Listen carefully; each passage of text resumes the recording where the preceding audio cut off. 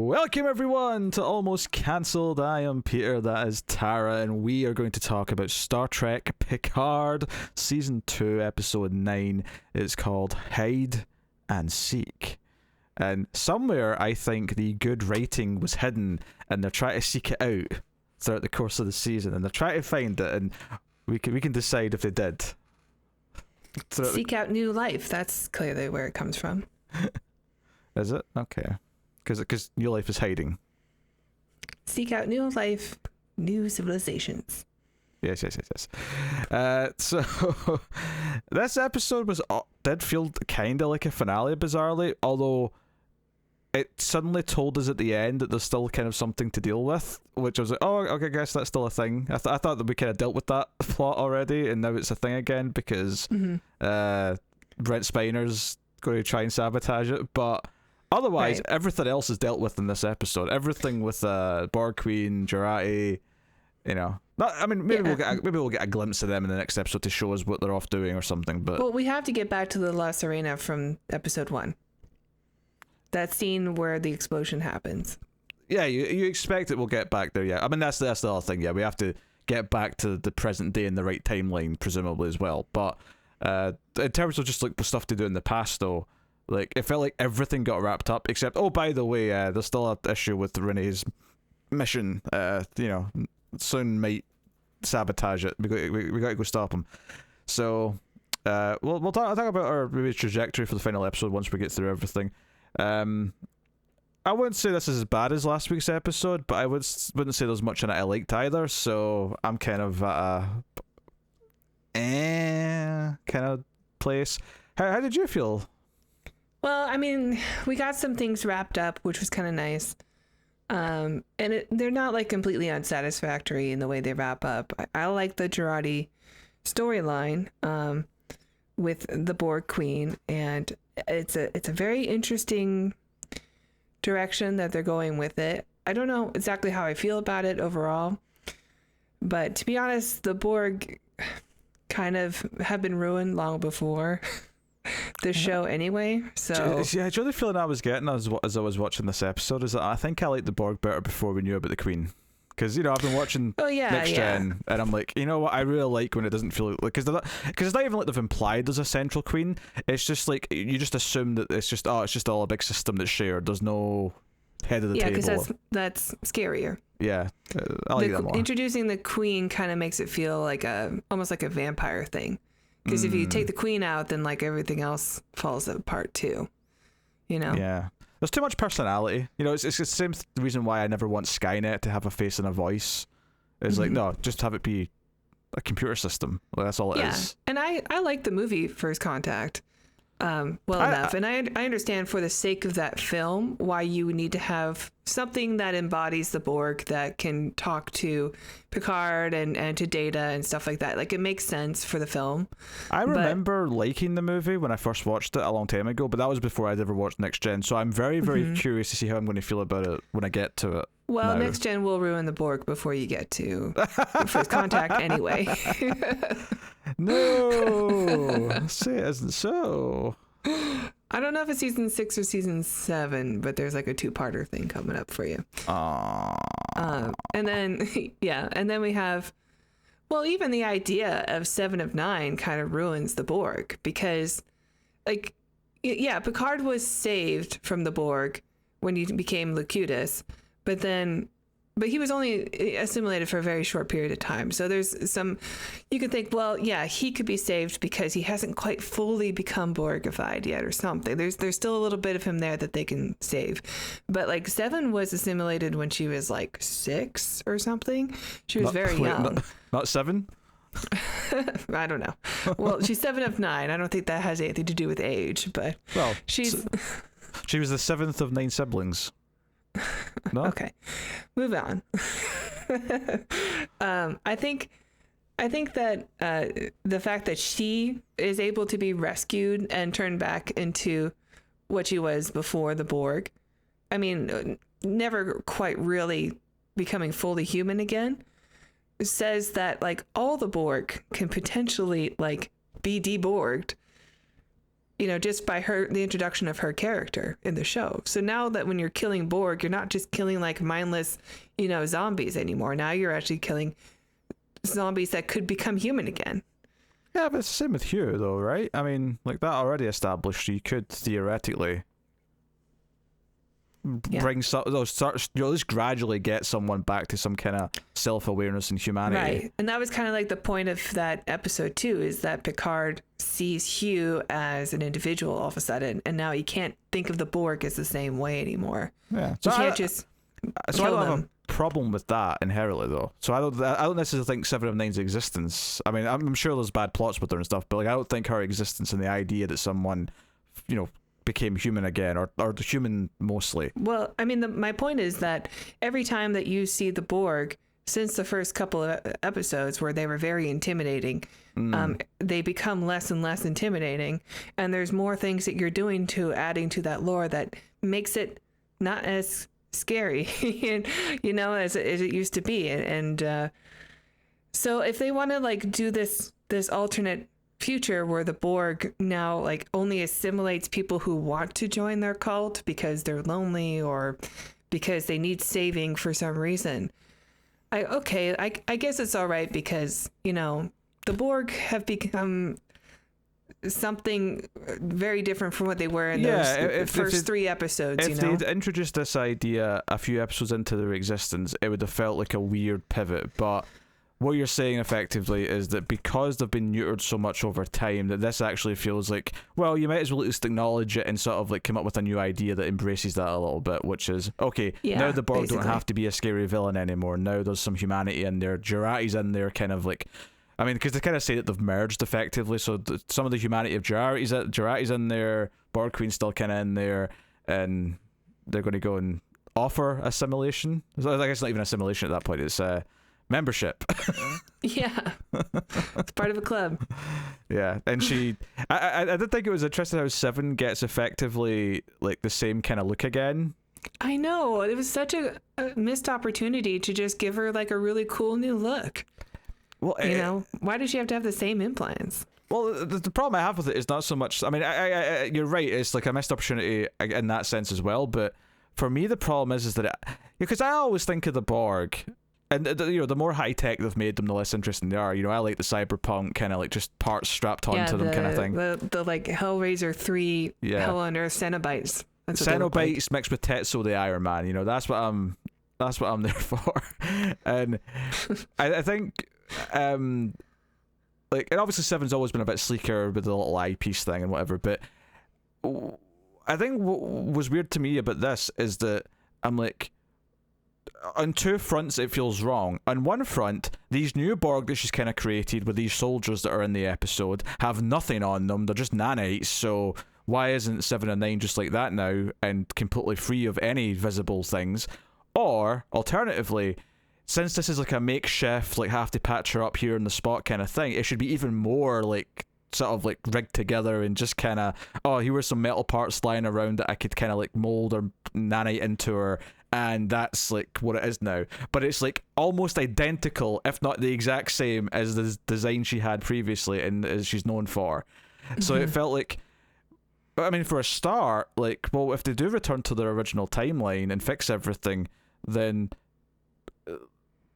it's wonky from a time perspective. Right. Well, that's like the last clue we're given, right? Is that that Renee Picard has to both live and die, so there has to be, I guess, two timelines. Yeah. So that nothing that happened while they were on Earth here will change because they fixed the timeline or something.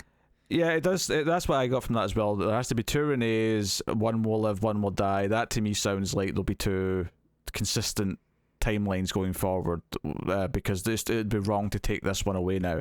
And I think some of the stuff with Rios kind of like, falling for the doctor lady and her not wanting to go away, it's probably going to feed into that a little bit, and that'll be kind of the get out clause where, you can stay now because it's an alternate timeline. So right, whatever. Which would mean Elnord's not coming back. It would, although he's the hologram now in the ship, which... And it also means that, before we go into that, because I have thoughts, Sure. That everybody that was killed, where we were like, oh, that's okay because they're going to fix the timeline and it doesn't really matter if people die. Now it kind of does matter that they killed all those people. Well, it matters in the new timeline. It doesn't matter in there because the original timeline, if they fix things, is still going to exist. So yeah. So basically, there's a timeline where all the people who died didn't die because it's the original timeline again, and then there's a timeline where they did die, and that's the one where the friendly Borg exist apparently now. I presume, because I presume that for the original timeline to be intact, it still has to be the classic Borg in that timeline. Well, maybe that's why in that pilot episode, it's like a rip in space, right, before the Borg vagina comes through. Yeah, that could make sense. Or maybe that was the new Borg, and that's why everything looked a bit different, and like, but that'll be explained by the end of next episode how that intersected with the first episode. I mean, I don't know. There's a lot to clear up in this last episode. I've got a funny feeling it's not all going to be satisfactory. Do you know, I think my bigger problem with a lot of this stuff is less the concept, because you know, just this particular plot we're talking about, which is Jeri and the Borg Queen are in the one body, and she starts seeing Jeri in her head, just kind of like how Jeri was seeing the Borg Queen in her head a few episodes ago, and they're having conversations, and eventually she stabs 7 and 9, and to save her, she has to turn her into kind of what her original Borg self was.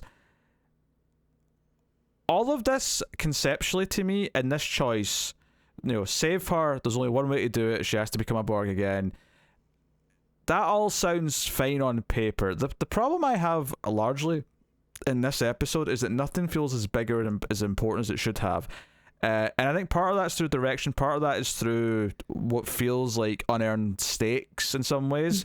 But there was a lot of shots of, like, you know, Borg Queen Jeri, because she gets like the outfit at one point, right? She makes herself the outfit, and she's walking around the ship, and she's walking through corridors, and I was getting this from multiple plot lines, especially Brent Spiner chasing Picard through the tunnels and through the mansion. Was everything feels really kind of like low energy, and just like there's no real drive or tension to any of this. Well, we keep getting cut back to flashbacks of young Picard with his mom again also, which really slowed things down. It did slow things down, but even in the scenes themselves, I felt the direction, and to some extent the acting. There's a moment in the Picard part where he gets like an old pistol out of a box, and like Brent Spiner and a couple of guards, you know, Borg guards, which, by the way, I love how all their laser sights are green just so you get some Borg feels from them, because that's the only thing they have that's Borgy. Borgy. You said unborg or deborg earlier, and I said Borgy. We're making a lot of Borg related words today.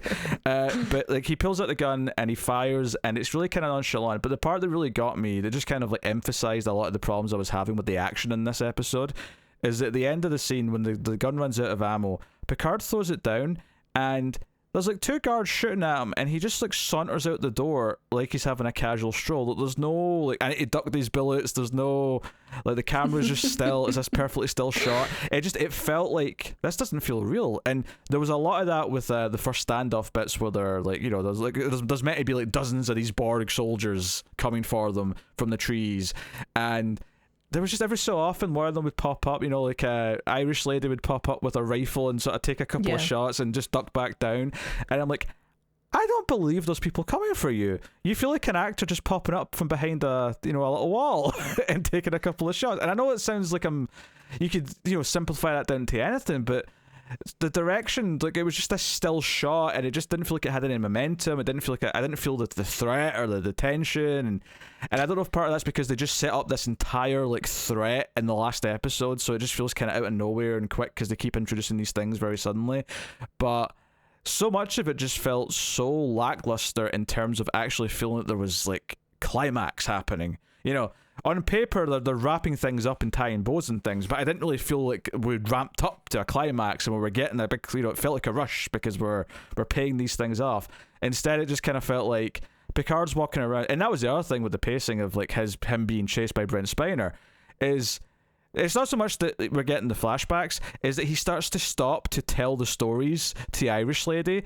And when they first split up at the start of or towards the start of the episode, and you've got Raffi and Seven, and you've got Picard and Irish lady, and they say to each other, let's divide and conquer, we'll both go around to try and get the ship, to stop the Borg Queen from getting the ship.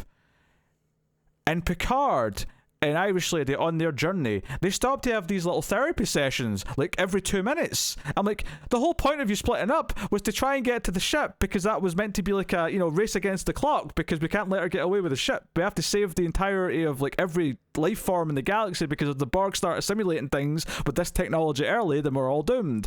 And they stopped to have these little, what happened to your mother, Picard? Tell me about your, like, now is not the time for this. Yeah, I agree. There's a lot you said there, so I'm not really sure how to respond now. But just pick apart, pick any one you want. I mean, yeah. Well, I guess the big thing is, you know, the show is called Picard, so like it has to be centered around him. He's the name. What do we give? What is the reason for this show, this season existing? That will add to Picard's character. And they've chosen that he has this trauma from when he was a child, that basically blaming himself for his mother's suicide, because we see that she went into these catacomb areas and all that, and then he escaped and then hanged herself. And he thinks that he's at fault for that. Well, more specifically than that, he unlocked it because his father locked her in the bedroom after this. For her safety. It's like a suicide watch thing. And then Picard, as a kid, unlocked the door, and that was the night she got up and hung herself in the other room. So what I'm thinking is, okay, this is the big thing about Picard that you spent the season getting to. What does that change about what I know from Picard and his storyline throughout Next Gen and the films? It doesn't change anything. So like, I don't know what the purpose of it is. I think they're trying to say that this is the connection to why he hasn't had a successful relationship, but like, I don't understand. Yeah, I would agree. I don't understand it. I'd agree that's kind of what they're saying, just based purely on the fact that the season opened with him talking about that subject. So just from a bookend perspective, it feels like that has to be what they're saying. I think that's what they're trying to connect here, but it's just not connecting in any significant way where it alters the way my perspective of this character. It just kind of seems like a waste of time. Yeah, and further, like, I agree pretty much what you were saying. I've got more to add to these scenes. But everything I said before about like the pacing of the episode, and not even the pacing, like, because pacing sounds like I'm talking about like pacing from scene to scene. I'm talking about the action in the scenes and the character momentum and decisions being made. Everything felt really like just laxed for some reason. It felt like every time, like, okay, see when they finally get out of the catacombs towards the end, and Brent Spiner just walks through the door, like, haha. I'm like, you're like a teleporting video game villain who just teleports to wherever you are because that's the scripted moment. That's like, you know, it felt like it constantly felt that way. So yeah. What I'm saying is that all my problems with all that side of things is actually separate from the problems that I agree with and also have with what the flashbacks are and what this backstory they're sort of shoehorning in for Picard. It almost feels like it's there because they have to have something emotional for Picard because, well, you're making a show called Picard, but instead of like, oh, we've got an idea for a Picard show, let's do it. It does genuinely feel like, oh, we got Patrick Stewart to agree to do this, so let's come up with a reason.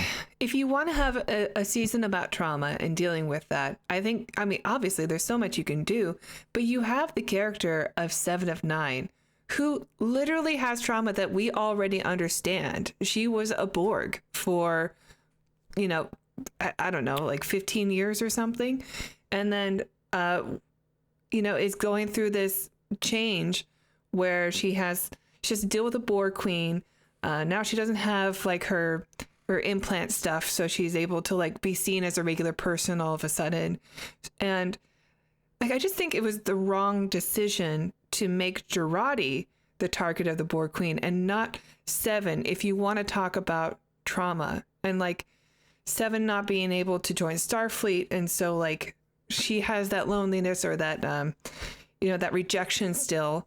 And then having that connection to the Borg cube in season 1, where I really thought there was going to be more trauma there. And it just, you know, like everything else, it just kind of fluttered away. And her like having to become the Borg queen and fight the Borg queen. And then maybe even like doing what Jeri does and reinventing the Borg as a force for good at the end would have been like a really cool arc for 7 of 9, this character that we already love and we already understand her trauma. Sure. I like Jeri in this show because she has the most to do. I would have liked it if it was, it just makes more sense to me if you had done it with 7.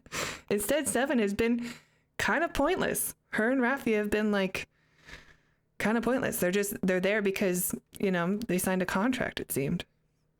A lot, but that's kind of goes back to what I just said about them. Okay, they've agreed to make a Picard show. Patrick Stewart's coming back. Oh, now we'll try and think of an idea for it, rather than there's ideas being developed. This one sounds passionate, or something like it. Everything, and obviously a lot of shows and movies work like that now because like they have a name, they get the right people involved, and then it's like, okay, then that's a go ahead. Yeah. So now come up with something. This is it's a new like Paramount Plus thing or CBS All Access. They're trying to get content, so they're willing to put money out for it. But the problem with this the problem occurs when it feels like that. I mean, because people who are paid to write things and come up with ideas for movies and TV shows and stuff, the people who are good at it, it doesn't matter that the idea didn't come first. They'll go away and think of something at least is more that works on a.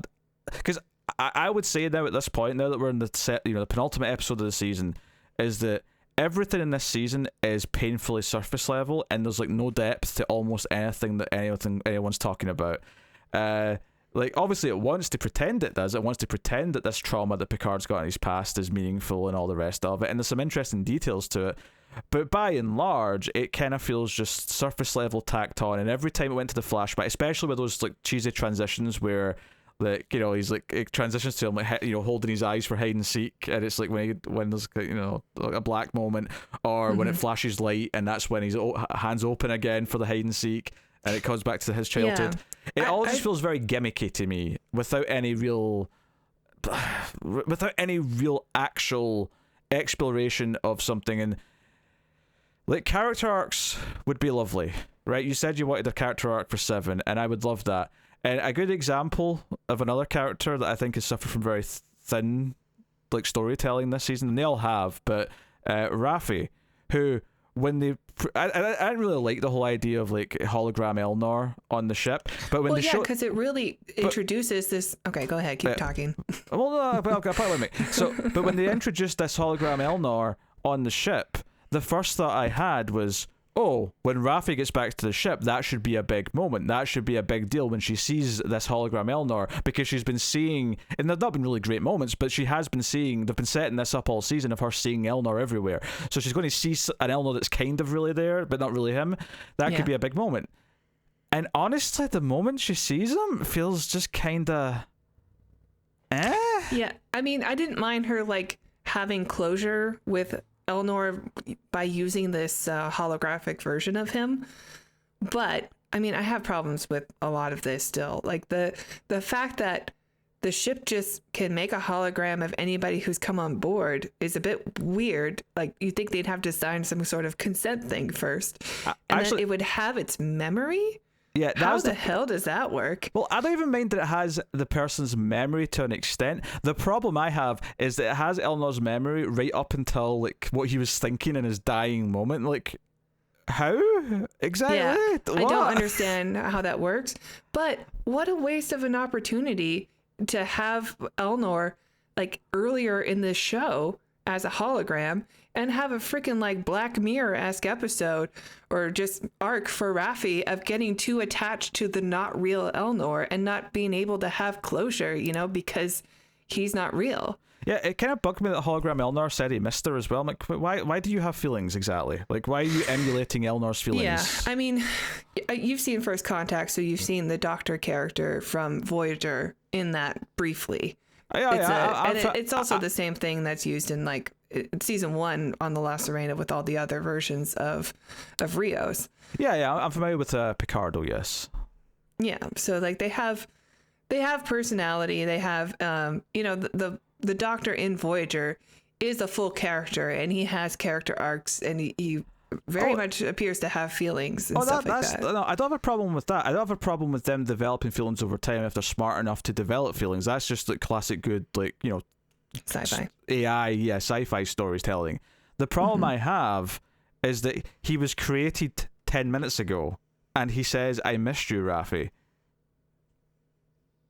I don't understand that. I don't get that part. Like, are you telling me that along with the memories and feelings, it's kind of got him on this like safe state from like just before he died, like a version of him that is now the hologram? So he does actually in some way like experience the passage of time since his death, or since the real Elnor's death, and actually has felt that time difference and has missed characters in that time. What is this technology? I don't know. Because that's cruel. If that's how it works, that is just cruel. That is Black Mirror, right? Yeah, it's very cruel. That means there's like digital copies of people who feel trapped in a cage in the computer somewhere, waiting to be turned into a hologram at any given time. That's not very Federation at all. No, that's like torture, basically.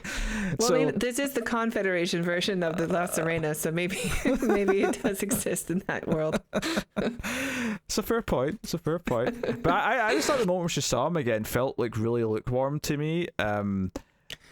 Yeah, I did get some emotion from just the performance and stuff of Raffi when he tells her, like, you know, his last moments were not of sadness, or not of blame rather, but of happy that he was with his friend. Yeah, I think the big thing, and that's just an example of it, but the big thing for me in this episode is that it kind of dawned on me how little I didn't care about all of the character stories. Because now that they're doing all these wrap-up moments, I was feeling nothing for almost any of them, and they're serviceable. Technically it works on paper because it's like, okay, this is the natural conclusion to this arc, but none of it was making me feel anything. I was just kind of like, oh yeah, we're going through the motions, we're tying that off nice and neatly and quickly. We're tying that off. How do you feel about this Ninian Sun just immediately being this like maniacal villain who's got like a firing squad?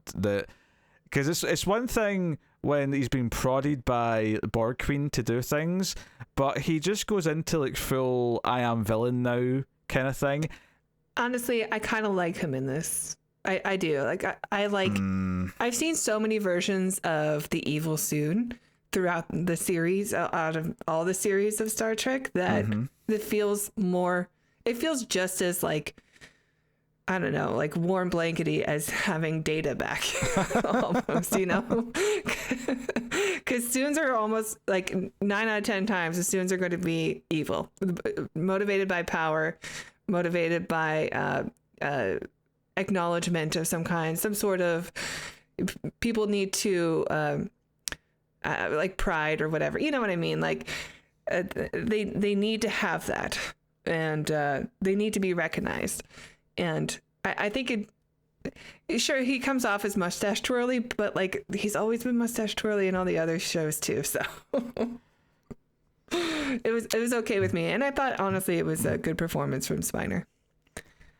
I wasn't feeling it, I have to say, and it was kind of weird how at the end of the episode, like, you know, because the Borg Queen kind of said it, it was like, oh, by the way, he's still going to try and sabotage the Europa mission, so I guess that's what we have to do in the finale. On top of also, you know, somehow getting back to the future. That's also that. So that's also an issue. But well, I imagine it's going to have to be Q. Somehow Q's going to be able to do it. Yeah. Oh yeah, we got Q still. I forgot he existed, to be honest. Yeah, he's been, you know, gone. he was, we last saw him in virtual reality. That's not true. Showed up at the interrogation with oh, that's right, Kanan. Yeah. Yeah, it's kind of weird how little we've seen of him though, given that the entire season was like, you know, it was marketed as this is the Q season, Q's back. Yeah, we should have had more Q. Yeah, I found so much of this underwhelming. I thought the flashback scenes with little kid Picard, I thought those were actively pretty bad. I thought the mother, like her performance was a little iffy. Yeah, I guess. I mean, it was fine. I just thought that why are we being shown this? Like, what is this doing to Picard's character that means anything? Oh, sure. I mean, yeah, conceptually, like, is maybe a bigger problem, but I do think the scenes themselves come off as quite cheesy, and there's just a lot of things, because it's funny, because in the same episode that I'm complaining that the action feels like it has no oomph or momentum or any weight to it, so I just feel like they're just kind of like, walk stage left. I'm also going to complain in the same episode, though, that the usual over-the-top camera work for things like, say, establishing shots, where instead of just showing a shot of the Chateau Picard, it has to be this weird kind of sped up, like, swooping shot. So it feels like they're trying to be overly stylish in the places that are adding nothing of merit, and then the moments that actually could use, like, a bit of shaky cam or a bit of like movement to make it feel like there's some momentum, it's lacking. It's I don't know, like the editing and the direction just felt very like it was almost doing everything wrong from a editing theory and like camera theory perspective. That's subjective to a point. But I don't know too much about that, but like I'll say that something you brought up before was just how jarring it was that when Picard would go into these therapy modes and go into flashback, and it also was pretty unnecessary because Picard hasn't been to Chateau Picard in these like catacomb areas for a long time. So the fact that he's going back to this traumatic memory to be able to navigate through it makes sense to me. Like, oh, I'm trying to remember, there was a door. Oh, if we turn right here, and then having that superimposed with the memory of him being lost trying to find his mom without it being a therapy session, I think would have been just as, if not more effective, and make more sense. Because there was a moment after one of these little sessions where she's talking to him about his feelings and what happened to his mother, and he's explaining it all, where they hear like a bang, because I think it's just right after Brent Spiner and co have like found the entrance to the thing. So you hear a bang that's indicating they're on their way down the catacombs, and Picard goes, "Oh shit, they're on their way. We must move." And I'm like, maybe if you'd had any sense of urgency for the last 10 minutes, they've been hanging out there for a little while. Like, you could have been long gone by now. You really could have. That was really frustrating to me. So there's a lot of that throughout the episode. A lot of the stuff on the ship is kind of similar, just with like Borg Queen Jeri like storming through the ship and looking for Elnor for a good hologram Elnor for a while, and then eventually Raffi and Jeri. Why didn't they they could have had an Elnor hologram that's able to fight and act as like a security system for the ship? Why wouldn't they just always have that activated? I guess they didn't have very much power when they first landed, but yeah, it just would have been cool to have something early on for this instead of just right here at the end. Yeah, luckily Irish lady's got fancy teleporting tech herself that has the smoky one. Yeah. I think that's consistent with the episode from the original series, right? That her character is kind of based on. Maybe. Are you talking about the one that tries to marry Spock? The one no, the one that the Watcher episode, when we find out who the Watchers are, and it's the same as from the original series. I can't remember the name of it, but the guy with the black cat. It was supposed to be another spin-off. Yeah, okay, yeah. They had like the smoke and stuff, which is in effect I think is kind of cool looking, and it is very like original series. I don't remember that. I thought you meant like a Romulan from the original series. Sorry. No, I know that episode though, and that is a good one. I don't remember, but that's fine. I'll take your word for it. That's cool if that details matches. But Rios gets kind of sidelined for most of the episode because he's injured, and Picard like tells her to like turn the teleporter off once he's away. But then he spends his episode like tinkering with it on his end so he can. And good job he did, because Picard was about to be shot in the head. So he sort of jumps in the last minute to save the day. But he has like a little moment with Dr. Lady. And while I do think they have chemistry, I also don't know if they're at the point where she's like should be talking about how, do you know how hard this is for me, because no matter what I feel, good or bad, like I'm going to lose all this technology, and the implication being also you, like you're going to go, and I'm like, I don't know if we're quite at like we're in love with each other yet. I mean, you got chemistry. I don't know. I don't know if we're quite there yet. Maybe your life or death adventures will do that. Will help.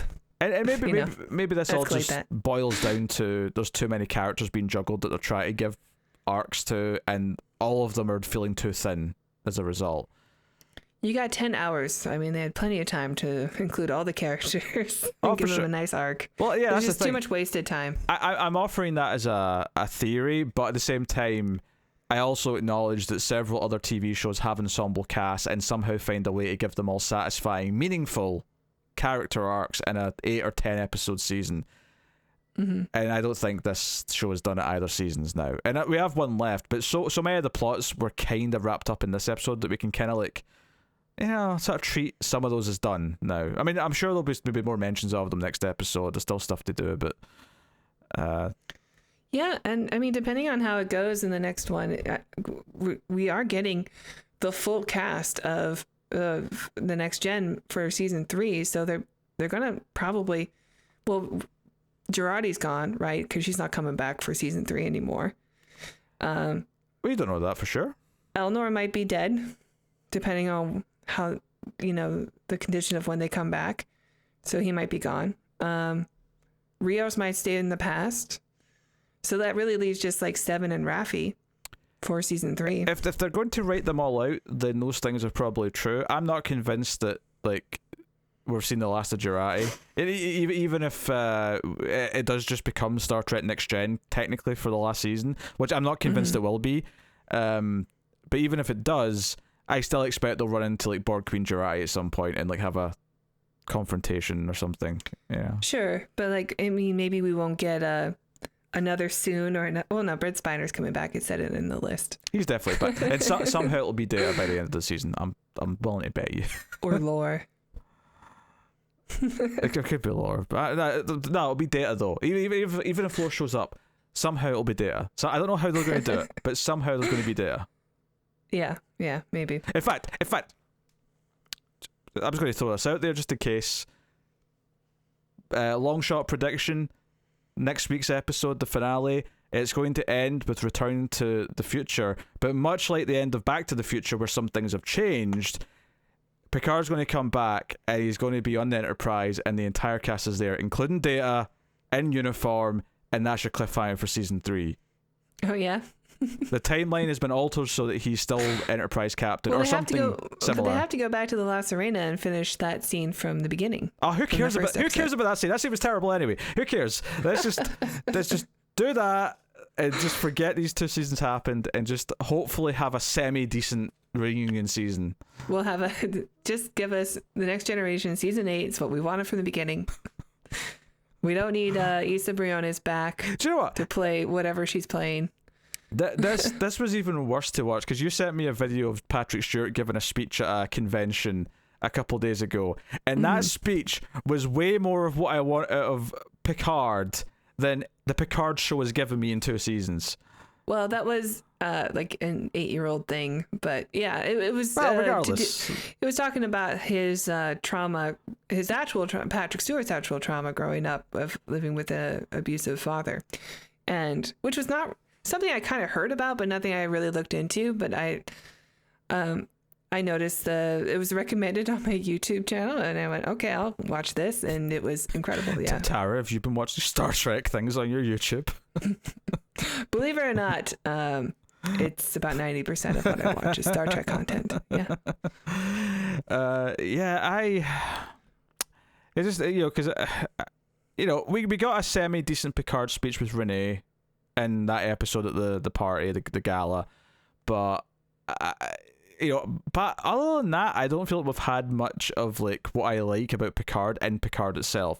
Instead, no. I mean, I kind of brought it up last time, but it's like I'm used to an episode of Star Trek where Picard, as the captain of the ship, has to make a difficult decision about something, and he hasn't had to do that at all this whole season. And that's not even like a thing that's unique to Picard as a character. Typically speaking, your protagonist, right, has to make decisions. Yeah. That's part of what makes storytelling work. And for the most part, it just kind of feels like they're on this like set of tracks where they keep getting thrown into different things, and they have little, like it doesn't really feel like they're affecting much. Even, I mean, they technically are, but it doesn't feel that way when you're watching it because we're just on the next part of the ride. That's all it is, as opposed to, like. We've been reviewing Babylon 5, for example, right? And there's like decisions between, say, a pair of characters in that show. Whenever Londo and Jakar are on screen together, every single conversation feels like it's got the weight of every single bit of history they have together, and it feels like the conversation and the decision they make will have a big impact on everything going forward. And that's how it feels in the scene, regardless of what the scene actually is. That's what it feels like because you've had all these things build up. And I compare it to that specifically, one, because it's fresh in my mind, but two, because that is a completely serialized show. And that's what these new Treks are supposed to be. They're supposed to be serialized Star Trek. And Babylon 5 was an example of serialized Star Trek. Now, admittedly, yes, I know Deep Space Nine was running alongside it, but I've not seen that yet, so I'm leaving that out of the equation. So, I just, like... But that's the thing, is that even Next Generation, even though it was standalone episodes, right, the character things still persisted in the sense that you could have it in your head that the Picard who's in, whatever episode of season 4 had went through the experiences of the previous seasons. So when it came to something like someone challenging if Data should be treated as like a sentient being, like you think of Measure of a Man in your head, and you assume that's in the character's head when they're fighting that debate again if it comes up, and those bits of history stick to it. I feel that there's more stuff in the Next Generation which is not serialized in almost any ways other than just those little things. I feel that there's more weight in some of the character scenes in that show, despite the fact that it's not serialized, than in Picard, where it is serialized and everything feels wafer thin. I have a theory about it. Is that a dancing demon? No, something isn't right there. So, I think that a lot of the writers on the show are from the book writing. They wrote Star Trek novels even before Trek was coming back with Discovery and stuff, and a lot of them did write for Discovery too, or maybe still do. And Discovery season 1 had different showrunners and different writers involved, not entirely different, but like I think people who are and that show really was structured like traditional episode, but with an overarching season storyline as well, where people even through the 4th season, each episode has difficult decisions that need to be made by the protagonist, like you said, and conflicts and things that have carried over. But this season of Picard feels like one long story that's just been chopped up without considering each episode. And sometimes they'll be like, oh, well, we'll do a heist episode. But it kind of fails because halfway through it stops becoming a heist episode and starts becoming something else. And so it doesn't really feel like a traditional television show, even a serialized one. It kind of feels like you're reading a novel and you're just in different chapters, and it can go any way you want because novel structures are different. It's something me and Cara have talked a lot about. Some streaming shows, especially in the early days of Netflix originals, did have that problem where you get like a 10 or 13 episode season and the episodes would just feel like, where it started and ended would be just kind of like, oh, it's because that's where roughly an hour is, rather than because the episodes are written to actually be a chapter with a beginning, middle, and end. It feels like it has its own structure within. Mm-hmm. And it does make it hard to remember a lot of the details of some of those shows because of that. There's an art to it, and the better shows, streaming included, are the ones that do treat each episode like, no, that should be a something that leaves you with a satisfying thing. Yeah, there'll be a cliffhanger of some sort. That's okay. Book chapters also have cliffhangers when they're well written. Like you still feel like there's a hook for you to come back and do the next part, right? Yeah. That's even in like Discovery though. I can think of like my favorite episodes from Discovery, but they do very much follow that formula of having. What's more important is the story that we're telling through the whole season, but there's still like, sprinkled episodes here and there that feel standalone enough to where you're like, I like that episode and I could just rewatch that one. I don't know if I'd say I like that episode, but yeah, there's definitely episodes that feel standalone. You don't have to insert your hatred of Discovery just because there's an opportunity to. I don't have to, but it's fun. No, it's not. Yeah, I mean, these are sort of larger scope problems. Like, there's just so many little stylistic choices that I think it makes it feel on track at times. There's just sometimes where largely it's J.J. Abrams' fault for giving it this stylish, actiony kind of like thing. Yeah, but even those movies are fun and feel like Trek. To an extent, I'd say the third one definitely felt the third one Beyond felt the most Trek-like to me out of the three. Yeah. Yeah, but the first film was still good, and there's still characters that you recognize from the original series, and they're not just because they have the names, but because they were written and acted in a way that, you know, felt very familiar. Oh yeah, Carl Urban's Bones impression was scary. Yeah, he looks nothing like DeForest Kelly, but it didn't matter because he got the mannerisms right, he got the attitude right, you know, and the writing was good. And can we not, let's just acknowledge as well that, like, one of the writers on Picard is Akiva Goldsman, who is basically a hack, right? He's terrible. He's always been terrible. He wrote Batman and Robin, right? You know, like, there is also just a problem with, like, the talent who's actually working on the show. And, you know, the same goes for the movies. You know, Ratha Khan, no, Ratha Khan, sorry. The one jumped down my throat. Into Darkness. Into Darkness is what I'm trying to say, yes. Into Darkness is a mess. And what's really funny about that mess, which is Artsy and Kurtzman, who, and obviously it's Kurtzman who's, like, you know, spearheading, like, all of Trek right now, is that they also wrote the second Amazing Spider-Man. I think they wrote the first one as well, admittedly, but they wrote the second Amazing Spider-Man. And what's funny is those two movies have a lot of the same problems. It's actually, like, you know, I think it was Red Letter Media who pointed out both of them contain plots about a magic blood that will cure someone of an illness, and it's once you start to notice those, like, parallels, it's like, wait, why did, like, these two completely different things that you wrote have these exact... And it's not like a... You know, because obviously some writers and directors have, like, a theme they return to. You know, you can tell you're watching, like, a certain director's work because they always like to return to the question of what is humanity in this context, and they keep returning, or they always want to talk about, you know, the effects of war on people or something, right? They'll have, like, a theme, and that's okay. There's nothing wrong with that.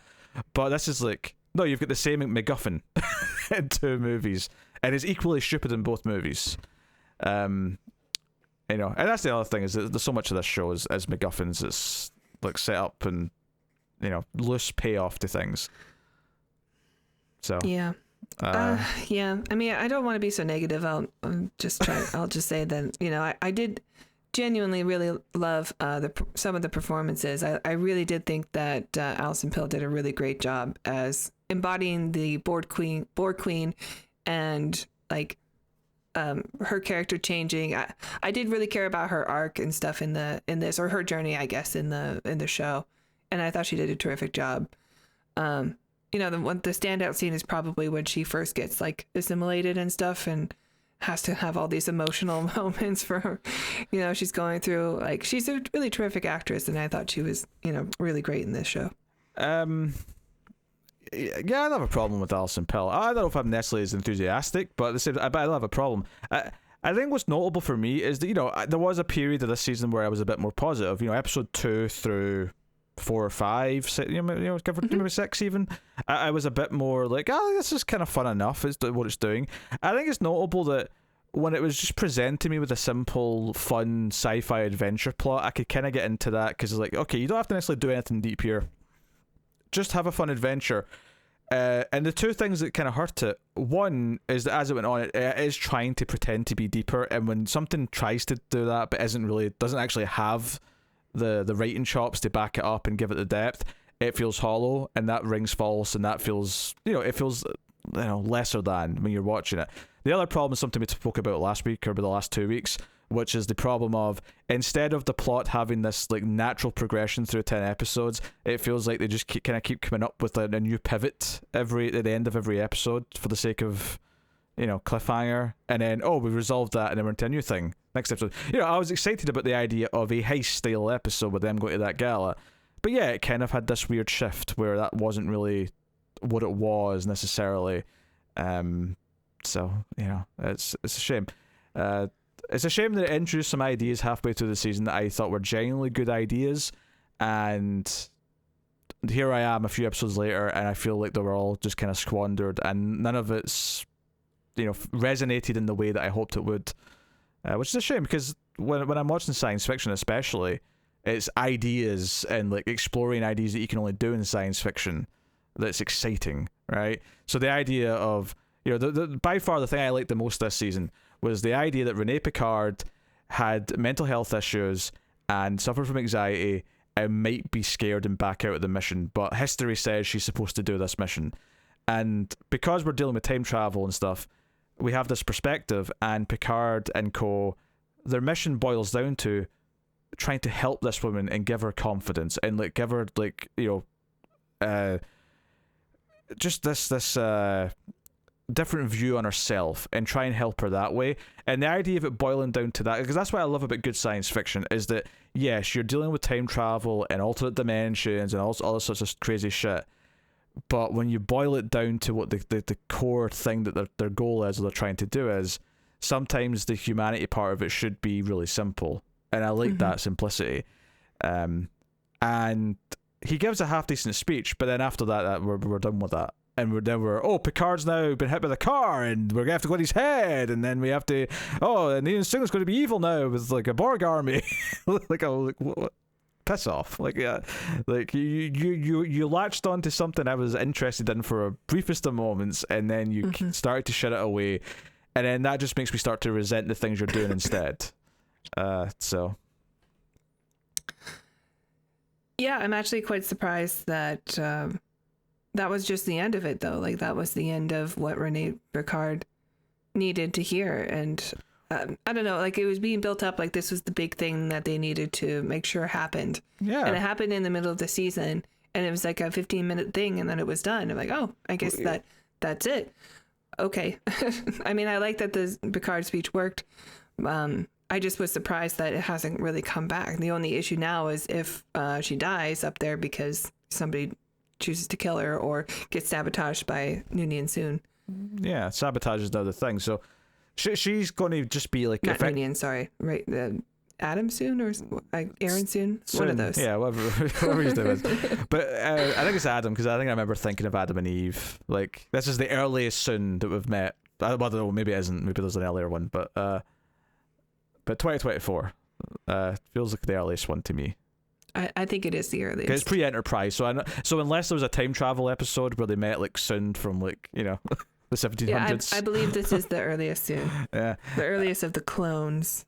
So Rene Picard, like, I mean, maybe I'll be wrong, but at least right now we're probably going to see her next episode. There'll be some tension by cutting to her in the cockpit, when she's ready to launch. I'm sure there'll be some stuff like that, but she's effectively just going to be the plot device, because it's all going to be about stopping Soon from sabotaging things. Yeah, and I imagine Corey, I think was her name, is going to come back and ultimately be the one that Soon decides to do the right thing for.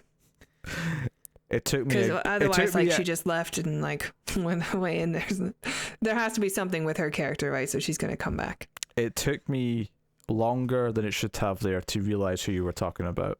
I was going to call her Soji, but like I couldn't, because I couldn't remember. But I'm pretty sure it's Corey. I was like, who are you talking about? I'm like, oh, that's right, he's the clone daughter. Yeah. Anyway, I'm done with being negative on the show. I think we should wrap up.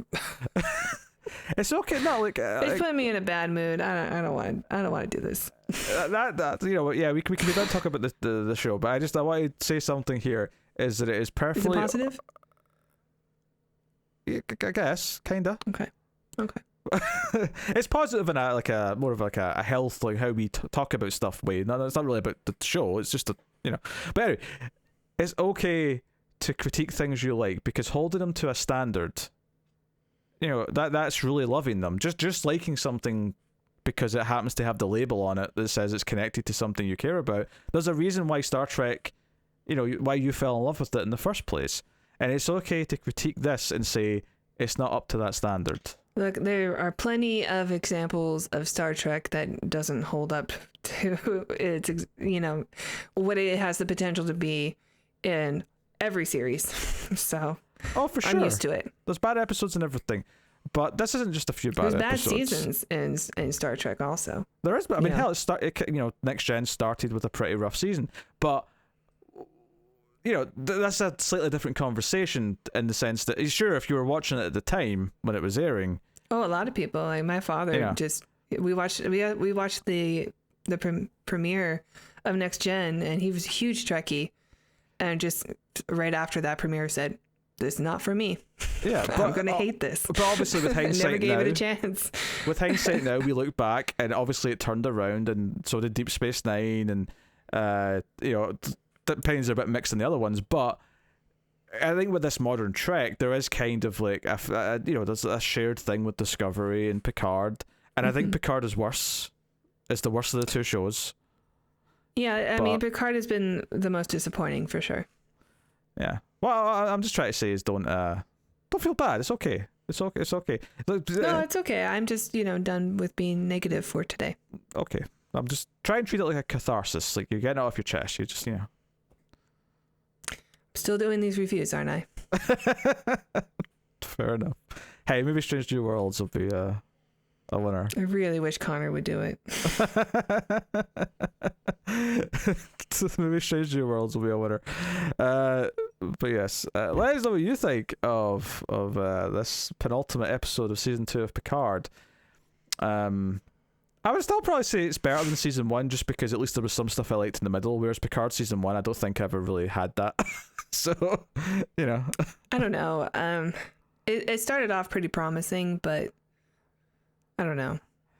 Yes, but do you remember season 1 might be better? Do you remember when the villain the Romulan villain guy took Soji sliding down the hallway? They were sliding on the floor and it was like, oh, I'm gliding, this is the happiest day of my life. What was that scene? I don't know what young kids do.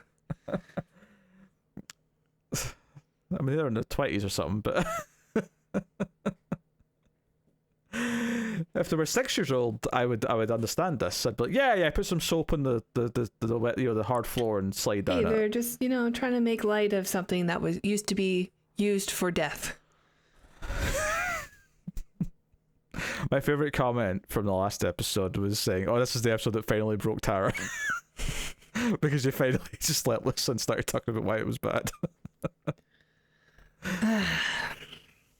My favorite. If I didn't heart that comment, I should have, and I apologize. It's just been, it's just been disappointing as a lifelong super fan of Star Trek.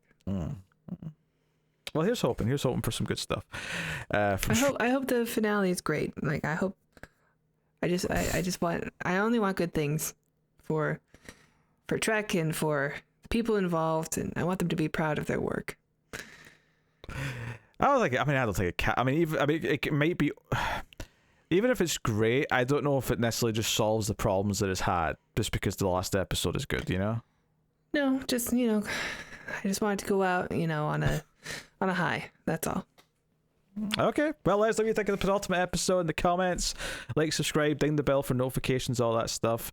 You can get us on the Twitters at mail_fuzz for channel updates, and of course support all the content over at patreon.com/mailfuzztv for as little as $1 per month. And it is worth mentioning, me and Tara review Babylon 5. We've been working through that. We're on season 4. Go check that out. Check out our Twilight Zone reviews, which are a bit hit and miss in terms of a schedule whilst new Trek's on, but you go check them out. We're on season 4 of that as well, so there's still a lot there to go and enjoy. And check out Mail Fuzz Movies, where there's a couple of movie podcasts, the one of which that might be of most relevance is myself and Tara on the Atomic Cinema Experiment, where some movies are good and Tara enjoys being negative about them. She doesn't have this weird betrayal in her heart when she's bad mouthing Trek. I know I look sad right now. I'm just thinking that thank God I'm going to Disneyland tomorrow.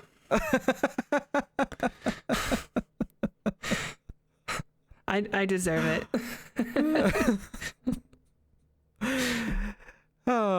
This has been Star Trek Picard's penultimate episode of season 2. Thank you once again for watching or listening. We always appreciate it. Keep watching anything but Star Trek Picard and be happy. Bye, guys.